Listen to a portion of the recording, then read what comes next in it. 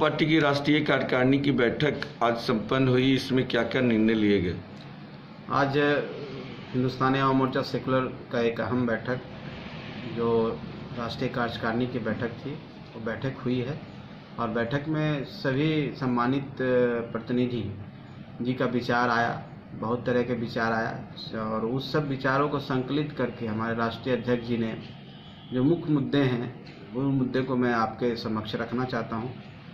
हमारे राष्ट्रीय अध्यक्ष जी ने कहा कि हम पेंशन जो हम अभी दे रहे हैं वृद्धा पेंशन उसको 1000 कर दिया जाए ताकि गरीब जो हैं मजदूर हैं और खास करके कोरोना महामारी में जो परेशानी हो रही है उनको परेशानी से वो बच सके।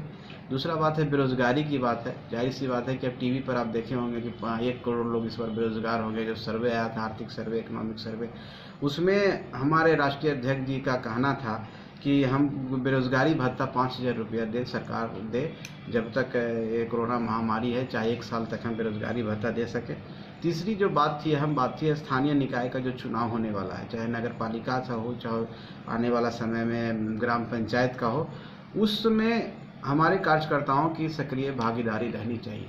वो ग्राम पंचायत चुनाव हो चाहे नगर निकाय चुनाव हो, उनकी सशक्त भूमिका होनी चाहिए और उसमें पार्टिसिपेट करें, जिससे क्या होगा कि पार्टी ग्राउंड स्तर पर मजबूत होगी और पार्टी का विस्तार होगा। दूसरी बात थी कि जो 34 निर्णय हमारी पार्टी की स्थापना काल से जो 34 निर्णय हैं वो निर्णय लागू कराने के लिए हम लोग सरकार से आग्रह करेंगे और समय समय पर आग्रह करते रहेंगे, चाहे प्रधानमंत्री जी के स्तर से हो चाहे माननीय मुख्यमंत्री जी के स्तर से हो।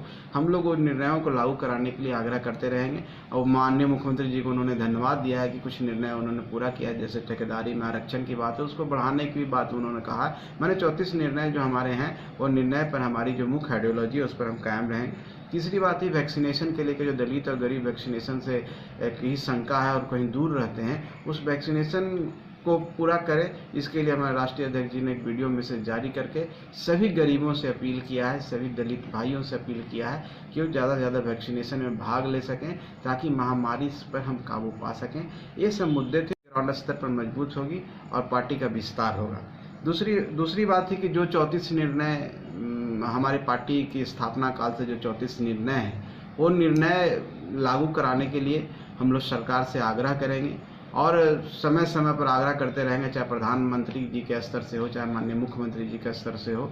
हम लोग उन निर्णयों को लागू कराने के लिए आग्रह करते रहेंगे और माननीय मुख्यमंत्री जी को उन्होंने धन्यवाद दिया है कि कुछ निर्णय उन्होंने पूरा किया, जैसे ठेकेदारी में आरक्षण की बात है उसको बढ़ाने की भी बात उन्होंने कहा है। मैंने 34 निर्णय जो हमारे हैं वो निर्णय पर हमारी जो मुख्य आइडियोलॉजी है उस पर हम कायम रहेंगे। तीसरी बात ही वैक्सीनेशन के लेकर जो दलित और गरीब वैक्सीनेशन से कहीं शंका है और कहीं दूर रहते हैं, उस वैक्सीनेशन को पूरा करें। इसके लिए हमारे राष्ट्रीय अध्यक्ष जी ने एक वीडियो मैसेज जारी करके सभी गरीबों से अपील किया है, सभी दलित भाइयों से अपील किया है कि वो ज़्यादा से ज़्यादा वैक्सीनेशन में भाग ले सकें ताकि महामारी पर हम काबू पा सकें।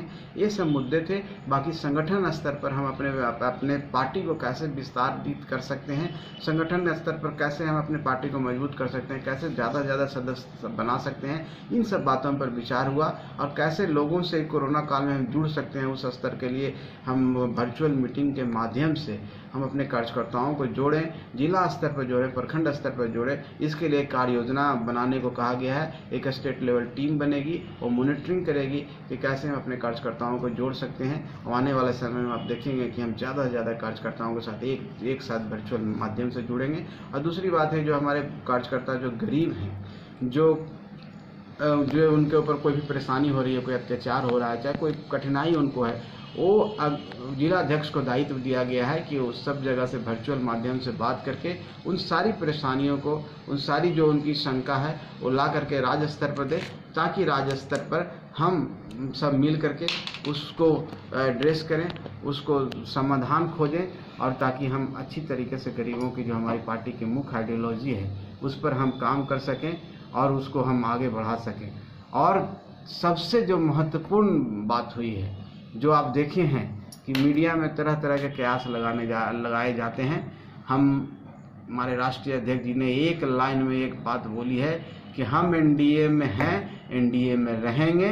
ये सब जो ख्याली जो लोग अपने अपने हिसाब से ख्याली पुलाव पका रहे हैं वो पकाते रहे। हम एनडीए में हैं, एनडीए में रहेंगे और गरीब के मुद्दों को लेकर के अनुरोध पूर्वक आग्रह करते रहेंगे। यही हमारी पार्टी की आइडियोलॉजी है, इसके साथ हम हमेशा स्टिक रहेंगे, चाहे जिसको जो समझना है समझे। ये हमारी पार्टी का सबसे बड़ा हमारे राष्ट्रीय अध्यक्ष जी का संदेश था कि हम एनडीए में हैं और एनडीए में रहेंगे।